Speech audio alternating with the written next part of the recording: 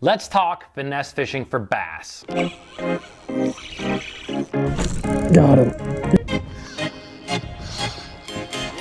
Whether you like it or not, in today's world, finesse fishing is really a must if you want to become a better angler. Whether you fish in reservoirs, natural lakes, rivers, or ponds, there's a lot of pressure on our waters these days, and one of the best ways to catch bass is by finesse fishing. So in today's video, I want to give you 3 tips that no matter what type of finesse fishing you are doing, you can apply these tips to them, and it's going to help you to become a better angler. So stay tuned, it's going to be a good one. One of my favorite finesse lures of all time is the Gary Yamamoto Cinco. Not only can this worm be used for finesse applications, but it can also be used for power application. Now with that being said, you can actually get the Gary Yamamoto Cinco right now at sportsmansoutfitters.com for I think 30% off. Instead of paying $9 or $10 for a bag, I think they're just $6.50 while the cabin fever sale is still going on. So if you guys want to pick up some Cincos and some other finesse fishing lures, click those links down below in the description and you're greatly going to help support the Bass Fishing HQ channel. The first tip when it comes to finesse fishing is line diameter is everything. I can remember watching Mike Iaconelli back in the day throwing 6-pound line down in Florida talking about the importance of fishing light line. I remember thinking to myself, can bass really tell the difference between 6-pound fluorocarbon line and 10-pound fluorocarbon line, which is what I would have fished on my spinning rod in a similar situation.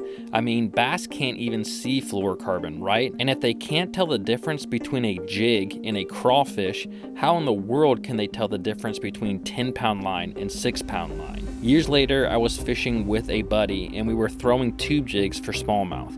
Because the tube jigs we were throwing were 3/8 of an ounce, I was actually throwing mine on a bait caster with 12-pound test, while he threw his on a spinning rod with 8-pound test. That day, he caught a lot more bass than I did, and that day I realized that fishing light line has nothing to do with bass seeing the line and everything to do with the diameter of the line and how it impacts your lure. You see, if you fish a Texas rig on 15-pound fluorocarbon and then fish the exact same Texas rig on 8-pound fluorocarbon, 15-pound line is nearly twice as thick as 8-pound line. That may not seem like much, but if you are making a 30 or 40 yard cast, you will have substantially more fishing line material in the water. This extra material is going to have a lot more drag and a lot more weight in the water, which can substantially impact the action of your bait. The Texas rig attached to 8-pound fluorocarbon is going to look a lot more natural underwater, while the Texas rig attached to 15-pound line,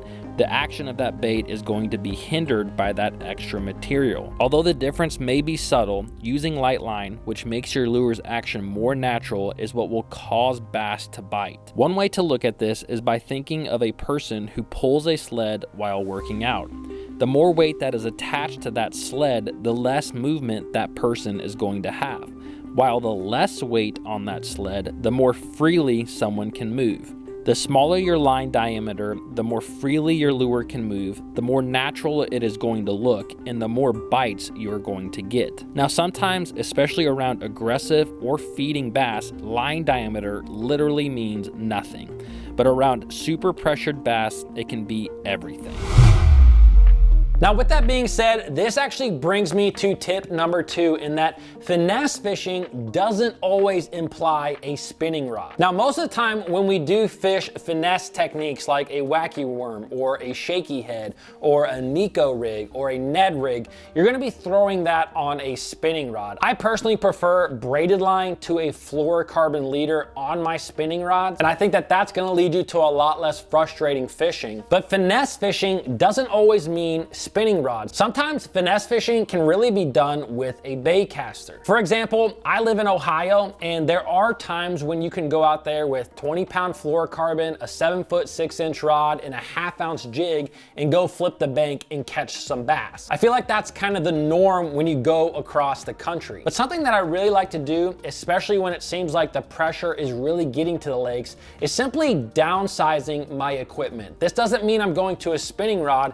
This just might mean instead of using that 7-foot 6-inch rod and 20-pound fluorocarbon and a 1/2 ounce jig, I'm gonna go to a 7-foot medium heavy rod, I'm gonna go to 12-pound fluorocarbon, and I'm gonna go to a 1/4 ounce jig. Now, in that situation, I still consider that to be finesse fishing, right? That's really kind of like finesse power fishing. I'm still flipping and pitching into the same wood cover that I typically do, but I'm just doing it with a lot lighter equipment and not a spinning rod. And simply doing that, that can get you a ton more bites by going down to 12-pound line. I was fishing a tournament years ago with a buddy of mine. We were fishing out of his boat, and we were flipping and pitching wood cover here in Ohio, and he was flipping and pitching with your typical 20-pound fluorocarbon test.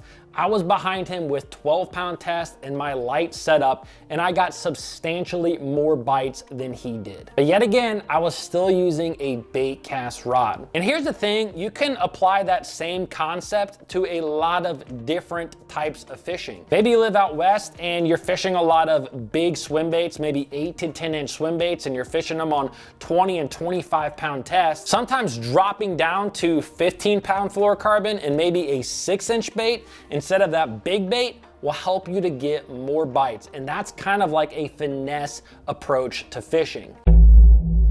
So tip number 3 really does come down to using a spinning rod. And this is something that I see a ton of guys make a huge mistake of when they're out there on the water, is when they are finesse fishing, they are working a bait way too much. I've seen this with a ton of different techniques like a shaky head worm or a Nico rig, but especially when you're fishing a drop shot. There's a lot of guys out there who are gonna cast that bait out and they're gonna just kind of twitch and bounce that as they're kind of bringing it across the bottom. And here's the thing, if you can't get bit using aggressive style lures where you think you have to finesse fish, you wanna fish those finesse rigs in a lot more subtle manner. If the bass are gonna bite a drop shot that you're working like this, they're probably gonna bite just your standard Texas rig that you're hopping and popping off the bottom. So when you're out there finesse fishing, don't fish that bait too fast and don't overwork the bait. When you skip a wacky rig up underneath of a dock, just let that sucker fall and even sit on the bottom for a little bit at times. If you're fishing a shaky head,